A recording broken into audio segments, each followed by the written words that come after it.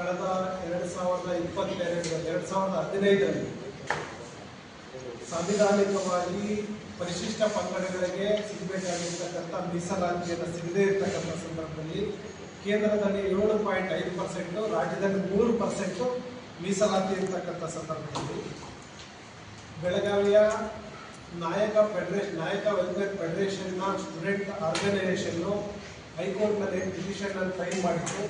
ಆ ಸಂದರ್ಭದಲ್ಲಿ ಹೈಕೋರ್ಟು ಈ ವ್ಯತ್ಯಾಸಗಳನ್ನು ಗಮನಿಸಿ ಕೇಂದ್ರದಲ್ಲಿ 7.5, ರಾಜ್ಯದಲ್ಲಿ 3% ಇರ್ತಕ್ಕಂಥ ಮೀಸಲಾತಿಯ ವ್ಯತ್ಯಾಸಗಳನ್ನು ಗಮನಿಸಿ ಇದರ ಬಗ್ಗೆ ಕ್ರಮ ಕೈಗೊಳ್ಳಬೇಕಂತೇಳಿ ರಾಜ್ಯ ಸರ್ಕಾರಕ್ಕೆ ನಿರ್ದೇಶನ ಮಾಡಿದೆ. 2015ರಲ್ಲಿ ನಿರ್ದೇಶನ ಮಾಡಿದಂಥ ಸಂದರ್ಭದಲ್ಲಿ ಮಾನ್ಯ ಸಿದ್ದರಾಮಯ್ಯನವರು ಇಲ್ಲಿ ಮುಖ್ಯಮಂತ್ರಿ, 2013ರಿಂದ 2018ವರೆಗೂ ಮಾನ್ಯ ಸಿದ್ದರಾಮಯ್ಯನವರು ಇಲ್ಲಿ ಮುಖ್ಯಮಂತ್ರಿ ಇದ್ದಂಥ ಸಿದ್ದರಾಮಯ್ಯನವರು ತಾವು 2013ರಲ್ಲಿ ಚುನಾವಣೆಗೆ ಹೋದಂಥ ಸಂದರ್ಭದಲ್ಲಿ ನಾನು ಅಹಿಂದ ಚಾಂಪಿಯನ್ನು, ನಾನು ಅಹಿಂದ ನಾಯಕ ಅಂತ ತಮ್ಮನ್ನು ತಾವು ಇಡೀ ದೇಶದಲ್ಲಿ ನನ್ನಂಥ ದೊಡ್ಡ ಅಹಿಂದ ನಾಯಕ ಯಾರಿಲ್ಲ, ನಾನೇ ಅಹಿಂದ ನಾಯಕ, ಅಹಿಂದ ಚಾಂಪಿಯನ್ ಅಂತ ಹೇಳ್ಕೊಂಡು ಓಡಾಡ್ತಿರ್ತಕ್ಕಂಥ ಸಿದ್ದರಾಮಯ್ಯನವರು ತಕ್ಷಣ ದಲಿತರ ಮೇಲೆ, ಹಿಂದುಳಿದವ್ರ ಮೇಲೆ ಪ್ರೀತಿ ಇದ್ದಿದ್ರೆ ಇದನ್ನ ಅವತ್ತೇ ಜಾರಿ ತರಬೇಕಾಗಿತ್ತು. ಆದರೆ ತರದೆ 3 ವರ್ಷಗಳ ಕಾಲಹರಣ ಮಾಡಿ 2019ರಲ್ಲಿ ನಾಗಮೋಹನ್ ದಾಸ್ ಅವರ ಕಮಿಟಿಯನ್ನು ಮಾಡಿ ನಾಗಮೋಹನ್ ದಾಸ್ ಕಮಿಟಿಯನ್ನು ಮಾಡಿದ ನಂತರ 2020ರಲ್ಲಿ 2020 ಗೌರ್ಮೆಂಟ್ ಇದ್ದ ಸಂದರ್ಭದಲ್ಲಿ ಮೊನ್ನೆ ನಾಗಮೋಹನ್ ದಾಸ್ ಅವರು ವರದಿಯನ್ನು ಕುಮಾರಸ್ವಾಮಿ ಅವರ ಸರ್ಕಾರಕ್ಕೆ ಸಲ್ಲಿಸಿದರು. ಅದಾದ ನಂತರ ಇದ್ರ ಮಧ್ಯೆ ರಾಜ್ಯದ ಬೇರೆ ಬೇರೆ ಭಾಗಗಳಲ್ಲಿ ಪರಿಶಿಷ್ಟ ಪಂಗಡದ ಸಮಾಜದ ಅನೇಕ ಸಂಘಟನೆಗಳು, ಸ್ವಾಮೀಜಿಯವರ ಪಾದಯಾತ್ರೆ, ಸ್ವಾಮೀಜಿಯವರ 280 ದಿನಗಳ ಸತ್ಯಾಗ್ರಹ ಸೇರಿದಂತೆ ಅನೇಕ ಹೋರಾಟಗಳಾಗಿತ್ತು. ಅದಾದ ನಂತರ 2022 ಸೆಪ್ಟೆಂಬರ್ನೇ ತಿಂಗಳು ಮಾನ್ಯ ಬಸವರಾಜ ಬೊಮ್ಮಾಯಿ ಅವರ ಬಿಜೆಪಿ ನೇತೃತ್ವದ ಸರ್ಕಾರ ಏನು ಪರಿಶಿಷ್ಟ ಪಂಗಡದ ST ಸಮುದಾಯದ ಜನಕ್ಕೆ 7% ಮೀಸಲಾತಿಯನ್ನು ಅನೌನ್ಸ್ ಮಾಡಿದೆ. ಇದಾದ ನಂತರ ರಾಜ್ಯದಲ್ಲಿ ಸುಮಾರು ಸಾವಿರಾರು ಜನ ವಿದ್ಯಾರ್ಥಿಗಳು ಮೆಡಿಕಲ್ಲು, ಇಂಜಿನಿಯರಿಂಗು ಮತ್ತು BMS ಈ ಥರದ ಅನೇಕ ಸೀಟುಗಳನ್ನು ತಗೊಂಡು ಇವತ್ತು ಶಿಕ್ಷಣವನ್ನು ಪಡಿತಾರೆ. ಅನೇಕ ಜನ ಉದ್ಯೋಗಾವಕಾಶಗಳು ಕೂಡ ಈ ಒಂದು 2022, 23, 24, 25 ಸಾಲಿನಲ್ಲಿ ಈ ಒಂದು 7% ಮೀಸಲಾತಿಯ ಫಲಾನುಭವಿಗಳಾಗಿತ್ತು. ಆದರೆ ಇತ್ತೀಚೆಗೆ ಏನು ಒಳ ಮೀಸಲಾತಿಯ ವಿಚಾರಕ್ಕೆ ಸಂಬಂಧಪಟ್ಟಂತೆ ಹೈಕೋರ್ಟ್ ಹೋದಂಥ ಸಂದರ್ಭದಲ್ಲಿ ಹೈಕೋರ್ಟು ಈ 7% ಮೀಸಲಾತಿಗೆ ತಾತ್ಕಾಲಿಕ ತಡೆಯಾಜ್ಞೆ ಕೊಟ್ಟಿದೆ. ಈ ತಾತ್ಕಾಲಿಕ ತಡೆಯಾಜ್ಞೆ ಕೊಟ್ಟ ನಂತರ ಸುಮಾರು 4 ಹಿಯರಿಂಗ್ ಆದರೂ ರಾಜ್ಯ ಸರ್ಕಾರ ಯಾವುದೇ ವಕೀಲರನ್ನು ಸರಿಯಾಗಿ ನೇಮಿಸದೆ, ಅವ್ರು ಸರಿಯಾಗಿ ಕೋರ್ಟ್ಗೆ ಅಪಿಯರ್ ಆಗದೆ ಇವತ್ತು ಮೀಸಲಾತಿಯ ವಿಚಾರಕ್ಕೆ ತಾತ್ಕಾಲಿಕ ತಡೆಯಾಜ್ಞೆಯನ್ನು ತೆರವುಗೊಳಿಸ್ತಕ್ಕಂಥ ಕಾರ್ಯಕ್ಕೆ ರಾಜ್ಯ ಸರ್ಕಾರ ಮುಂದಾಗಿದೆ. ಇದ್ರ ಮಧ್ಯೆ ಏನು ಸಿದ್ದರಾಮಯ್ಯ ಅವರ ಮೇಲೆ ಮೂಢ ಹಗರಣದ ಪ್ರಕರಣ ದಾಖಲಾದಂಥ ಸಂದರ್ಭ ಸುಪ್ರೀಂ ಕೋರ್ಟ್ನ ಬಹಳ ನುರಿತ ನ್ಯಾಯವಾದಿಗಳನ್ನು ಕರೆಸಿ ಸರ್ಕಾರದ ಹಣದಲ್ಲೇ ಅವರಿಗೆ ಬಹಳ ದೊಡ್ಡ ಮೊತ್ತದ ಏನು ಫೀಸನ್ನು ಕೊಟ್ಟು ಸಿದ್ದರಾಮಯ್ಯನವರ ಮೇಲಿರ್ತಕ್ಕಂಥ ಮೂಢ ಹಗರಣದ ಪ್ರಕರಣದಲ್ಲಿ ಅವ್ರನ್ನ ನ್ಯಾಯಾಲಯಕ್ಕೆ ಕರೆಸಿ ದೆಹಲಿಯಿಂದ ವಕೀಲರನ್ನ ಕರೆಸಿ ಅಟೆಂಡ್ ಮಾಡಿಸ್ತಾರೆ. ಆದರೆ ನಾನೊಬ್ಬ ದಲಿತ ಮತ್ತೆ ಹಿಂದುಳಿದ ಪರ ಇರತಕ್ಕಂಥ ನಾಯಕ, ನಾನು ಅಹಿಂದ ಚಾಂಪಿಯನ್ ಅಂತ ಹೇಳ್ಕೊಳ್ತಕ್ಕಂಥ ಸಿದ್ದರಾಮಯ್ಯನವರು, ನಾನು ಸಂವಿಧಾನ ರಕ್ಷಕ ಅಂತ ಹೇಳ್ಕೊಳ್ತಾ ಇರ್ತಕ್ಕಂಥ ಕಾಂಗ್ರೆಸ್ನ ನಾಯಕರು ಒಬ್ಬ ಪರಿಶಿಷ್ಟ ಪಂಗಡಕ್ಕೆ ಆಗ್ತಾ ಇರ್ತಕ್ಕಂಥ ಅನ್ಯಾಯದ ಬಗ್ಗೆ, ಸಾಂವಿಧಾನಿಕವಾಗಿ ಸಿಗ್ತಾ ಇರ್ತಕ್ಕಂಥ ಮೀಸಲಾತಿಯ ಬಗ್ಗೆ ಯಾವುದೇ ಚಕಾರ ಇರ್ತದೆ, ಸರಿಯಾಗಿರ್ತಕ್ಕಂಥ ವಕೀಲರನ್ನ ನೇಮಕ ಮಾಡಿದೆ, ಸರಿಯಾಗಿ ಅಫೇರ್ ಆಗಿರೋ ಇಲ್ಲ ಅಂತಕ್ಕಂಥ ಮಾಹಿತಿಯನ್ನು ಕೂಡ ಪಡೆದಿದೆ. ಬೇಕಂತಲೇ ಪರಿಶಿಷ್ಟ ಪಂಗಡಕ್ಕೆ ಅನ್ಯಾಯ ಮಾಡಬೇಕನ್ನೋ ನಿಟ್ಟಿನಲ್ಲೇ ಇದನ್ನು ನೆಗ್ಲೆಕ್ಟ್ ಮಾಡ್ತಾ ಇರ್ತಕ್ಕಂಥದ್ದನ್ನ ನಾವು ಇಲ್ಲಿ ಸಾರ್ವಜನಿಕವಾಗಿ ಕಾಣಬಹುದಾಗಿದೆ.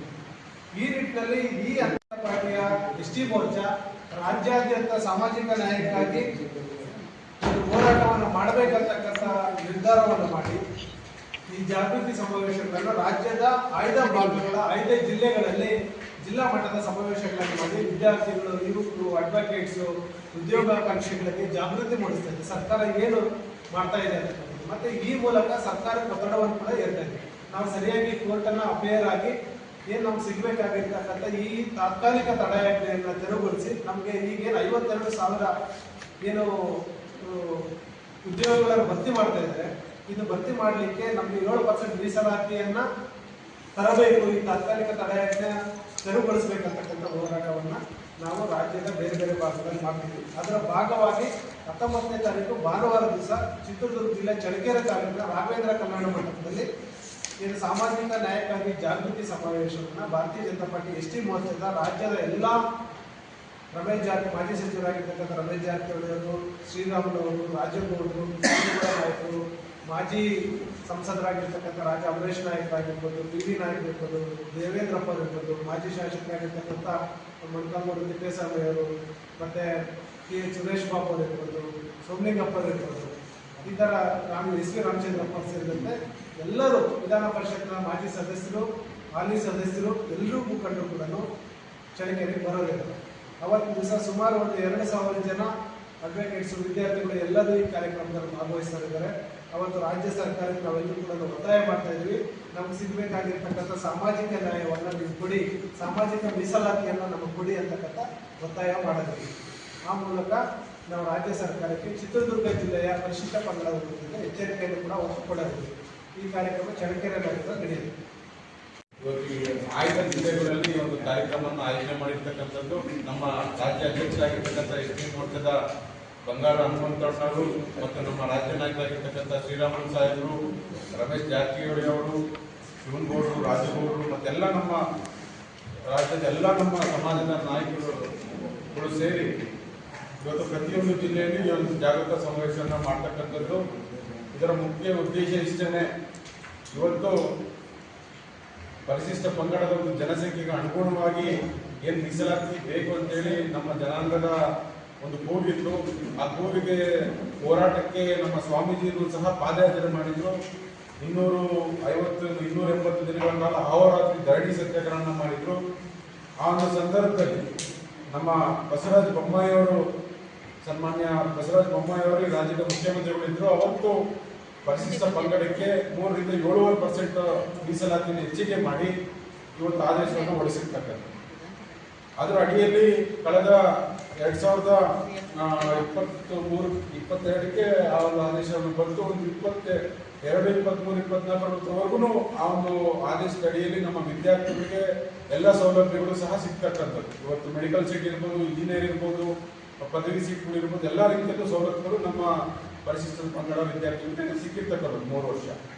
ಆದರೆ ಇವತ್ತು ಈ ರಾಜ್ಯದಲ್ಲಿ ಸಿದ್ದರಾಮಯ್ಯ ಅವ್ರ ಸರ್ಕಾರ ಏನು ಬಂತು 2023ರಲ್ಲಿ ನಮ್ಮ ಸರ್ಕಾರ ಮಾಡಿರ್ತಕ್ಕಂಥ ಮೀಸಲಾತಿ ಹೆಚ್ಚಿಗೆ ಇರ್ಬೋದು, ಒಳ ಮೀಸಲಾತಿ ಇರ್ಬೋದು, ಎಲ್ಲವನ್ನು ಸಹ ಗೊಂದಲ ಮಾಡಿರ್ತಕ್ಕಂಥದ್ದು ಈ ಸಿದ್ದರಾಮಯ್ಯನವರ ಸರ್ಕಾರ.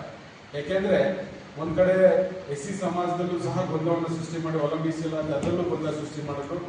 ಹಾಗೆ ಇವತ್ತು ST ಸಮುದಾಯಕ್ಕೆ ಭಾರತೀಯ ಜನತಾ ಪಾರ್ಟಿ 4% ಹೆಚ್ಚಿಗೆ ಮಾಡಿತ್ತು. ಅದನ್ನು ಸಹ ಇವತ್ತು ಕಮ್ಮಿ ಮಾಡಿ ಈ ಸಮಾಜಕ್ಕೆ ಒಂದು ತುಂಬಲಾದ ಒಂದು ನಷ್ಟವನ್ನು ಕೊಡ್ಲಿ ಪೆಟ್ಟನ್ನೇ ಸಮಾಜಕ್ಕೆ ನೀಡಿರ್ತಕ್ಕಂಥ ಸಿದ್ದರಾಮಯ್ಯ ಅವರ ಕಾಂಗ್ರೆಸ್ ಸರ್ಕಾರ. ಹಾಗಾಗಿ ಇವರ ಈ ಒಂದು ಪರಿಶಿಷ್ಟ ಪಂಗಡದ ಒಂದು ವಿರೋಧಿ ಸರ್ಕಾರ ಅಂತಾನೆ ನಾವು ಹೇಳ್ಬೇಕಾಗ್ತದೆ ಕಾಂಗ್ರೆಸ್ ಸರ್ಕಾರ. ಯಾಕೆಂದ್ರೆ ಇವತ್ತು ನಮ್ಗೆ ದೊರಕಿರ್ತಕ್ಕಂಥ 4% ಅದನ್ನ ಇವರು ನಮಗೆ ಉಳಿಸ್ಕೊಡ್ಲಿಕ್ಕೆ ಆಗಲ್ಲ. ಯಾಕಂದ್ರೆ ಒಂದು ಕೋರ್ಟಲ್ಲಿ ಪ್ರಶ್ನೆ ಮಾಡಿರ್ತಕ್ಕಂಥದ್ದು ಅರ್ಜಿಗಳನ್ನು ಸಲ್ಲಿಸಿದ್ದಾರೆ. ಇವತ್ತು 50% ಹೆಚ್ಚಿಗೆ ಆಗಿದೆ, ಇದನ್ನು ಪರಿಶೀಲನೆ ಮಾಡಿ ಅಂತ ವಕಾಲತ್ ಹಾಕಿದ್ರು ಅದಕ್ಕೆ ಸಮರ್ಪಕವಾಗಿ ನಮ್ಮ ರಾಜ್ಯ ಸರ್ಕಾರ ವಕಾಲತ್ತಲ್ಲಿ ಭಾಗವಹಿಸಿ ನಮ್ಗೆ ಏನ್ ಕೊಟ್ಟಿದ್ದು ಅದನ್ನು ಉಳಿಸ್ತಕ್ಕಂಥ ಹೊಣೆಗಾರಿಕೆ ನಮ್ಮ ಕಾಂಗ್ರೆಸ್ ಸರ್ಕಾರಕ್ಕಿತ್ತು. ಆ ಹೊಣೆಗಾರಿಕೆ ಇವರು ದಿವ್ಯ ನಿರ್ಲಕ್ಷ್ಯದಿಂದ ಇವರ ಒಂದು ಅಡ್ವೊಕೇಟ್ ಆಗಿ ಒಬ್ಬ ಲಾಯರ್ನ ಇಟ್ಟು ಸಮರ್ಪಕವಾಗಿ ಅದಕ್ಕೆ ನಮ್ಮ ವಾದ ಮಾಡ್ದಲೇನೆ ಇವತ್ತು ಆ ಒಂದು ಮೀಸಲಾತಿ ನಮಗೆ STಗೆ 4% ತಪ್ಪಿದೆ, SC ಸಮುದಾಯಕ್ಕೆ 2% ಕಮ್ಮಿ ಆಗಿದೆ. ಅದನ್ನ ಕಾಂಗ್ರೆಸ್ ಅವರು ಇವತ್ತು ಸಮಾಜದಲ್ಲಿ ಇವತ್ತು ನಮ್ಮ ಸಮಾಜದಲ್ಲಿ ST ಸಮುದಾಯ ಇರ್ಬೋದು, ನಮ್ಮ SC ಸಮುದಾಯ ಎಲ್ಲಾ ಸಮಾಜಕ್ಕೂ ದಿಕ್ಕು ತಪ್ಪಿಸ್ತಕ್ಕಂಥ ಕೆಲಸವನ್ನು ಮಾಡ್ತಾ ಇದ್ದಾರೆ. ಇವರು ಭಾರತೀಯ ಜನತಾ ಪಾರ್ಟಿಯವರು 9th ಶೆಡ್ಯೂಲ್ಗೆ ಸೇರಿಸಬೇಕಾಗಿತ್ತು ಅನ್ನೋ ಒಂದು ವಿಚಾರವನ್ನು ತಂದಿಟ್ಟು ಇವತ್ತು ಅವರು ಮಾಡಬೇಕಾದ್ರೆ ನಮಗೆ ತಪ್ಪು ಮಾಡಿದ್ದಾರೆ ಅನ್ನೋ ಒಂದು ಸಮಾಜಕ್ಕೆ ದಾರಿ ತಪ್ಪತಕ್ಕಂಥ ಕೆಲಸವನ್ನು ನಮ್ಮ ಕಾಂಗ್ರೆಸ್ ಸರ್ಕಾರ ಮಾಡ್ತಾ ಇದೆ. ಇವತ್ತು 9th ಶೆಡ್ಯೂಲ್ ಅನ್ನ ನೀವು ಸೇರಿಸಿಲ್ಲ, ಹಂಗಾಗಿ ನಾವು ಪ್ರಶ್ನೆ ಮಾಡಿದ್ರು, ಹಾಗಾಗಿ ತಪ್ಪಿದಂತೇಳಿ ಮತ್ತೆ ನಮ್ಮ ಬಿಜೆಪಿಯವರ ಮೇಲೆ ಗೂಬೆ ಕೂರಿಸ್ತಕ್ಕಂಥ ಕೆಲಸವನ್ನ, ಸಮಾಜವನ್ನು ದಿಕ್ತಪ್ಪತಕ್ಕಂಥ ಕೆಲಸವನ್ನ ಕಾಂಗ್ರೆಸ್ ಸರ್ಕಾರ ಮಾಡ್ತಾ ಇದೆ. ಆದ್ರೆ ಇದರೆಲ್ಲರ ಒಂದು ವಿಚಾರವಾಗಿ ಈ ಒಂದು ಏನೇನು ನಡವಳಿಕೆ ಆಗಿದೆ, 9th ಶೆಡ್ಯೂಲ್ನ ಮಹತ್ವ ಇದು ಇರಬೇಕಾಗಿತ್ತ ಬೇಡ ಅನ್ನೋದು ಅದು ಕಾನೂನಾತ್ಮಕವಾಗಿ ದೊಡ್ಡ ಚರ್ಚೆಯನ್ನು ಉಂಟಾಗ್ತಕ್ಕಂಥ ಕೆಲಸ ಇದೆ. ಹಾಗಾಗಿ ಈ ಒಂದು ಎಲ್ಲಾ ವಿಚಾರಗಳನ್ನ ಇಟ್ಕೊಂಡು ಇವತ್ತು 9th ಶೆಡ್ಯೂಲ್ ಅಲ್ಲಿ ಸೇರಿಸಬೇಕಿತ್ತ ಸರಿ ಎಷ್ಟಿದೆ ತಪ್ಪು ಎಷ್ಟಿದೆ ಅಂತ ಹೇಳಿ ಜನಗಳಲ್ಲೇ ಒಂದು ಜಾಗೃತಿ ಮೂಡಿಸ್ಬೇಕು. ಹಾಗಾಗಿ ಒಂದು ಭಾರತೀಯ ಜನತಾ ಪಾರ್ಟಿ ವತಿಯಿಂದ ನಾವೇನು ಮಾಡಿದ್ವಿ ಮತ್ತು ಕಾಂಗ್ರೆಸ್ ಸರ್ಕಾರ ಎಲ್ಲಿ ವಿಫಲತೆ ಆಗಿದೆ ಮತ್ತು ಎಲ್ಲಾ ವಿಚಾರಗಳನ್ನ ಇಟ್ಕೊಂಡು ಅವತ್ತು ನಾವು ರಾಜ್ಯದ ಬಂದಿರತಕ್ಕಂಥ ನಾಯಕರಿರ್ಬೋದು, ನಮ್ಮ ಸಮುದಾಯ ಇದು ವಿಶೇಷವಾಗಿ ಪರಿಶಿಷ್ಟ ಪಂಗಡದವರಿಗೆ ಸೇರ್ಪಡೆಯಿಂದ ನಮ್ಮ ಸಮುದಾಯದ ಎಲ್ಲ ಬರ್ತಕ್ಕಂಥ ನಮ್ಮ ಮುಖಂಡರುಗಳಿರ್ಬೋದು, ವಿದ್ಯಾರ್ಥಿಗಳಿರ್ಬೋದು, ಲಾಯರ್ಸ್ ಇರ್ಬೋದು, ಬೇರೆ ಬೇರೆ ವರ್ಗದಲ್ಲಿ ಕೆಲಸ ಮಾಡಿರ್ತಕ್ಕಂಥದ್ದೆಲ್ಲ ನಾವು ಕರೆದಿದ್ದೇವೆ. ಅಲ್ಲಿ ಸವಿಸ್ತಾರವಾಗಿ ಚರ್ಚೆ ಆಗುತ್ತೆ. ನಾವು ಭಾರತೀಯ ಜನತಾ ಪಾರ್ಟಿಯವರು ಎಷ್ಟು ನಾವು ಬದ್ಧತೆಯಿಂದ ಈ ಸಮಾಜಕ್ಕೆ ನ್ಯಾಯವನ್ನು ಕೊಟ್ಟಿದ್ವಿ ಮತ್ತು ಈ ಕಾಂಗ್ರೆಸ್ ಅವರ ಒಂದು ಮೀಸಲಾತಿ ಉಳಿಸೋಕ್ಕಾಗ್ದೇನೆ ಇವತ್ತು ಯಾವುದೋ ಒಂದು ಕುಂಟು ನೆಪ ಹೇಳ್ತಾ ಯಾವುದೋ ಒಂದು ಆರೋಪ ಮಾಡ್ತಾ 9th ಶೆಡ್ಯೂಲ್ ಅಂತ ಹೇಳಿ ಸಂಪೂರ್ಣ ಸಮಾಜವನ್ನು ದಿಕ್ತಪ್ಪಿಸ್ತಕ್ಕಂಥ ಕೆಲಸವನ್ನ ಮಾಡ್ತಾ ಆ ಒಂದು ಸಮಾಜವನ್ನ ದಿಕ್ತಪ್ಪಿಸ್ತಕ್ಕಂಥದ್ದು. ಹಾಗಾಗಿ ನಮ್ಮ ಸಮಾಜಕ್ಕೊಂದು ಈ ಒಂದು ಸ್ಪಷ್ಟ ಮಾಹಿತಿಗಳನ್ನ ಕೊಡ್ತಾ ಈ ಒಂದು ಜಾಗೃತಿ ಸಮಾವೇಶದಲ್ಲಿ ಬರ್ತಕ್ಕಂಥ ನಮ್ಮ ಆಗಿರ್ತಕ್ಕಂಥ ಅನ್ಯಾಯವನ್ನು ಸಹ ನಮ್ಮ ಸಮಾಜಕ್ಕೆ ಹೇಳ್ಬೇಕು ಅನ್ನೋ ದೃಷ್ಟಿಯಿಂದ ಈ ಕಾರ್ಯಕ್ರಮ ಹಮ್ಮಿಕೊಂಡಿದ್ದೀವಿ. ಮುಂಬರುವ ದಿನದಲ್ಲಿ ನಮಗೆ ಕಾಂಗ್ರೆಸ್ ಏನು ಪರಿಶಿಷ್ಟ ಪಂಗಡದ ಅದು ವಾಲ್ಮೀಕಿ ಸಮಾಜದ ಆ ಪಕ್ಷ ಒಂದು ವಿರೋಧಿ ನೀತಿಯನ್ನು ಅಳವಡಿಸಿಕೊಂಡಿದೆ, ನಿರ್ಲಕ್ಷ್ಯ ನೀತಿಯನ್ನು ಅಳವಡಿಸಿಕೊಂಡಿದೆ. ಈ ಒಂದು ನೀತಿಯನ್ನ ಅವರ ಒಂದು ಧೋರಣೆಯನ್ನ ನಮ್ಮ ಸಮಾಜದ ಒಂದು ಕಟ್ಟಕಡೆಯ ಮನುಷ್ಯರಿಗೂ ಒಂದು ಅರಿವನ್ನ ತಂದು ಬರ್ತಕ್ಕಂಥ ವಿಧಾನಸಭಾ ಚುನಾವಣೆಗಳಿರ್ಬೋದು, ಅದರಲ್ಲಿ ಇವರ ನೀತಿಯನ್ನ ನಾವು ಸಮಾಜ ಖಂಡಿಸ್ತದೆ ಮತ್ತು ತಕ್ಕ ಪಾಠ ಕಲಿಸ್ತದೆ. ಇವತ್ತು ಎಲ್ಲ ಗೋಪಾಲಕೃಷ್ಣ ಇರ್ಬೋದು, ರಘುಮೂರ್ತಿ ಇರ್ಬೋದು, ಈ ಬೇರೆ ಬೇರೆ ಜಿಲ್ಲೆಯಲ್ಲಿ ಇರ್ತಕ್ಕಂಥ ಎಲ್ಲ ನಮ್ಮ ಶಾಸಕರು ಸಹ ಯಾರು ಸಹ ಇರ್ತಾ ಇಲ್ಲ, ಸರ್ಕಾರವನ್ನ ಖಂಡಿಸ್ತಾರೆ. ಹಾಗಾಗಿ ಇವತ್ತು ಭಾರತೀಯ ಜನತಾ ಪಾರ್ಟಿ ನಾವು ಸಂಪೂರ್ಣವಾಗಿ ಜನಾಂದೋಲನ ರೂಪಿಸಲಿಕ್ಕೆ ಇವು ಜಿಲ್ಲಾ ಸಮಾವೇಶ ಮಾಡ್ತೇವೆ.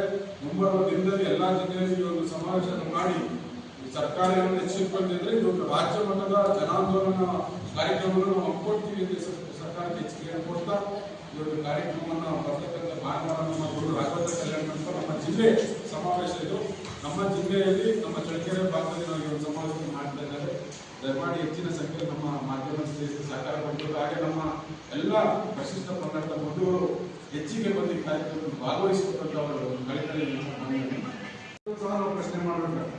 ಹಾಗಾಗಿ ಮತ್ತು ಎಸ್ ಟಿ ರಿಸರ್ವೇಶನ್ ಹೆಚ್ಚು 4% ಕಮ್ಮಿ ಆಗಿದ್ರು ಸಹ ಸಮಾಜದಲ್ಲಿ ಒಂದೇ ಇರ್ತಕ್ಕಂಥ